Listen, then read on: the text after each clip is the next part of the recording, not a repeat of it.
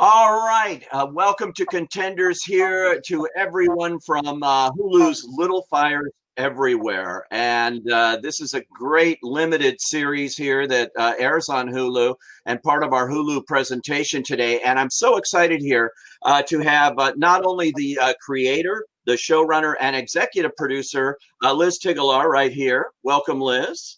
Thank you. And we also have executive producer Lauren Neustatter. Hello, Lauren. Hi, Pete. And Pilar Savone, another executive producer on the show. Hi. Well, welcome all of you here.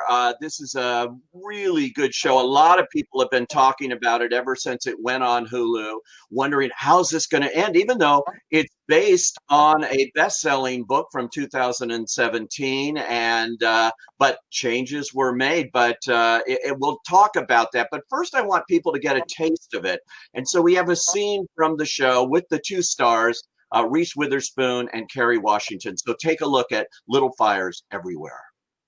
You know, I've been meaning to hire someone for my house. Just to do a little light cleaning, some laundry, maybe cook dinner. You mean like to be your maid? More like a housekeeper. Yeah, I don't do that. Oh, I wasn't assuming. You said the thing about the museum and the 3 a.m. Yeah, because I wanted to cultivate a relationship with the curator. I got something that I needed out of it. You know, you would get something out of this as well. I mean, we would pay. We pay we pay really well. I mean, we pay what's fair, and whatever you thought was fair, that's what we would pay.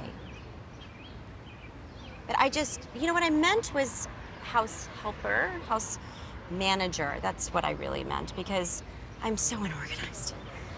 But it was just a suggestion, so take it or leave it. Well, you know, to have two powerhouses like that and an incredible ensemble cast here, first of all, must be a dream for you guys. Do a limited series like this. And Reese Witherspoon. Now, of course, Lauren, you work with Reese in a production company, Hello Sunshine. And Pilar, you work with Carrie in her production company as well, Simpson Street. And Liz, you've done 106,000 different television shows I've seen on your resume here too. This is a real female-driven project, and on camera and behind the scenes. And I think that's a great thing. Was that intentional, or did it just happen to work out that way in terms of how you approach this show? Well, I mean, I think very intentional. Obviously, Celeste Ng, a female author. You have Reese and Carrie, like you said, these powerhouse female actors, and then their partners, Lauren and Pilar. And I think it made sense for the person who adapted it in terms of the writer showrunner to be a woman. And I think it made a lot of sense for a lot of our writers to be women, mothers, a lot of our department heads to be women. And it just was such a specific lens through how we all saw this story. And so, yeah, it was very intentional. And I think that, you know, I hope not only is the show great for it, I think the process of making the show was great, which is also equally as important. Yeah, talk about the themes of the book and obviously the series, race, class, and particularly I think motherhood. This is about mothers in so many ways, that it is a key part of the whole series as it runs through all the episodes. Liz. Yeah, I mean, the themes of the show were themes, I think, that, you know, Lauren was the one to discover this book and bring it into both really all of our lives. And I think that, you know, I'll let you speak to it, Lauren, but I think the themes resonated on such a deep level with all of us. Obviously, the book is so much about race and class. And I think in the opportunity to do the adaptation, we got to bring those themes even more to the forefront, as you saw in the clip, and be the dynamic between our two main characters. But on top of that, the themes of motherhood and daughterhood and the complexity of the journeys of motherhood, the grappling of being a mother once you're in it. And I think that there's just a real humanness to the story, and it it paints all the complexities of what it feels like really to be a mother and to be a daughter. And obviously that's what we can all speak to. Yeah, Lauren, can you talk about how you did find this book and involve the author in it as well? But you know, she didn't write the series, but you brought it all together here, you and Reese. Well, it was May of 2017 when I got this book. It was my very first month at Hello Sunshine. And Celeste's book agent at UTA actually handed me the unpublished galley with a bunch of other books. And he said, I know you have a lot of books that you have to read, but this is the book you're really going to love. And I did not know this agent well at the time. We're now very good friends, but it felt sort of like a dare, and I like a dare. So I dove into the book and I just fell in love. And when I reached out to Reese about it, she actually knew Celeste. They knew each other from Celeste's previous book. And they had talked about Little Fires Everywhere, but Reese hadn't yet read it. So she started reading alongside me, and we just fell in love. I mean, there were so many themes that were resonant. There was so much about this book that we connected to on an incredibly visceral level. So we called Celeste. We professed our love. We asked her if we could have the privilege of bringing it to life on screen. And she said she would be excited and that she trusted us, which was the greatest gift, but also really the greatest responsibility. And we took it very, very seriously. So we dug in together and started talking about who that dream team really would be. And of course, Carrie was the first person that came to mind. We both imagined her as Mia and knew she would be so magnificent. So when she and Pilar read it and loved it, we were over the moon. And so they joined us as our producing partners. And then we went to Liz, who we were actually working on the morning show with. And we were loving in such a way and felt so aligned with her. And we had conversations with Liz about the things that most resonated for her and the themes that she was most interested in writing about. And we thought that she would love the book. And we felt really thrilled when she immediately responded and said that the book struck a chord with her too. So there we sort of had our dream team.